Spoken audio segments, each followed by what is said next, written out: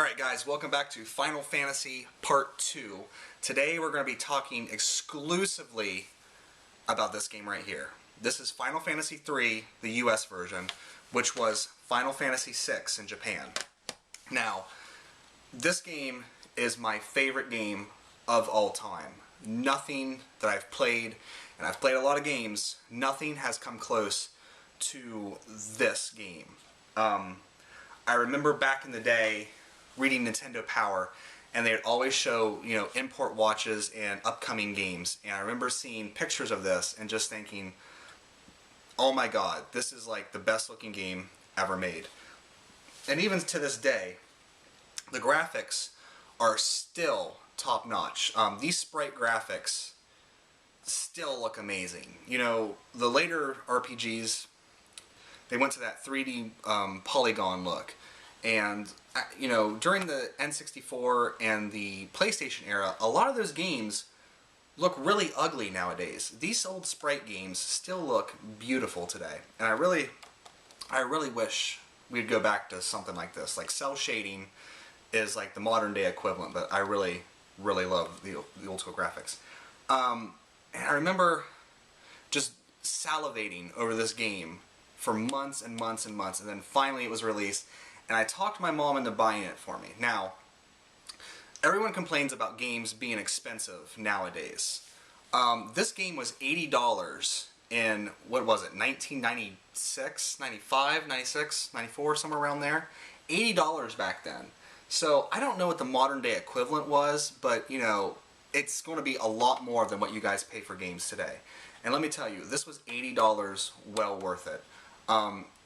This was back in the day when I'd only get like 2 or 3 games a year. So I played this just over and over again. I'd beat it and I'd instantly start a new game. I think I beat this game 17 times. And that's no small feat. This is a 60-hour game. So for me to beat it, 17 times is a huge undertaking. The storyline is just fantastic. People go on and on and on about Final Fantasy VII being the best Final Fantasy. And the storyline to this has got it beat. One, this has the most characters in any Final Fantasy.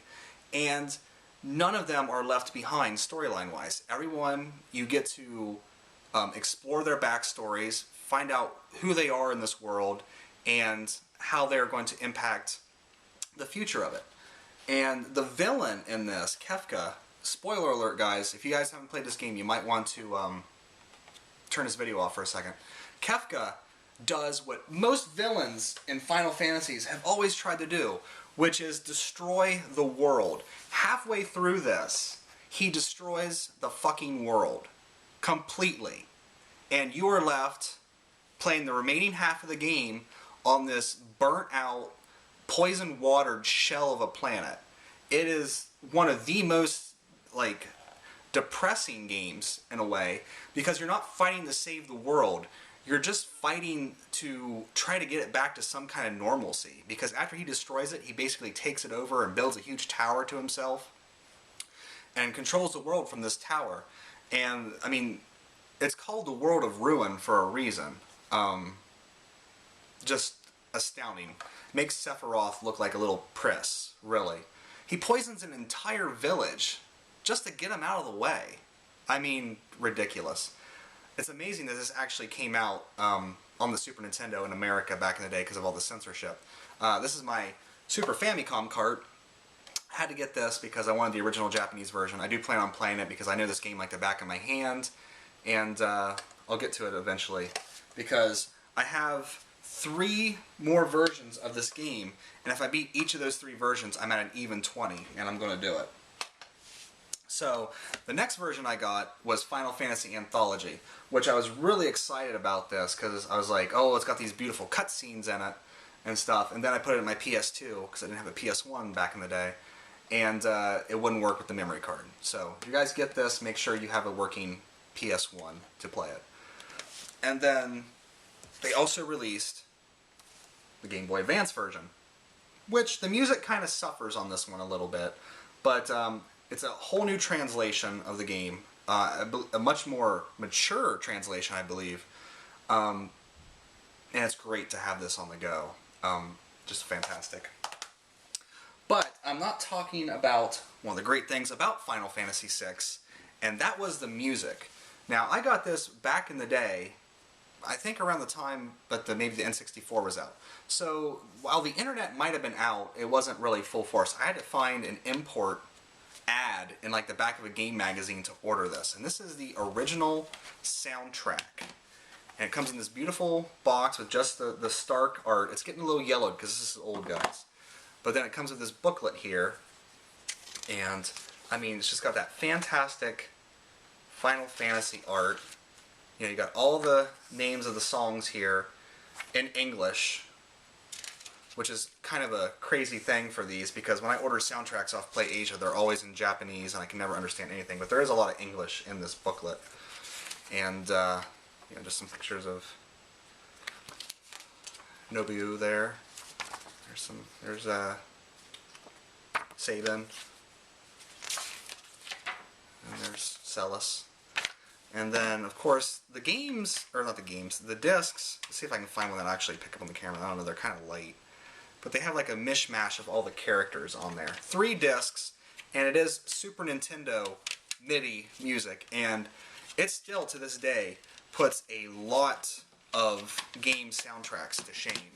I think this was like one of the last, well, no, the PlayStation soundtracks were pretty rememberable. But this was one of the last RPGs I remember the music just really affecting me, and I had to get the soundtrack. To the, you know, still putting in the, where is it at? Putting in the cartridge here and watching the opening cinematic. That's right, I said cinematic on a Super Nintendo game. This game has opening credits, like a movie. How many games do you know have that? You know, watching Terra and Biggs and Wedge make the slow walk on their Magitech armor to Narsh was just astounding back in the day. People go on and on about Final Fantasy VII being cinematic. This was cinematic before game systems really had the ability to be cinematic. Oh, what else can I talk about? You know, the characters are just fantastic. You know, the love story between Locke and Celis and sort of his past with Rachel. Just amazing. Terra, trying to figure out who she is. She's a half-breed between a human and an Esper. You know, trying to figure out her place in the world. It's just, these characters, you know, everyone talks about Cloud and Tifa and Barrett. These characters are, I mean, for looking like little, you know, ridiculous, you know, super deformed people, they are real characters and they have real stories. It's just amazing. I don't know what else to talk about this game. The Esper system was one of my favorite systems where you just attach an Esper to a character and you level them up and they learn those magic spells, and those magic spells stay with them. So you can make every character a super powerful mage. You know, using the Mode 7 graphics to do the airship was also amazing. I remember the first time I got into an airship and flew in almost a pseudo 3D. It was just astounding. I don't know where I'm at in time. There's a lot more I could say about this game, but I'm going to stop there because I think I might be coming close to time. But Final Fantasy VI, guys, it's really where it's at. Even though these new games are coming out, this one is one of the best ones. I don't know if you can download it on PSN or Xbox Live Arcade or on the Wii Virtual Console, but if you see it on there, download it, play it, you guys will see what I'm talking about. Alright guys, see you next video.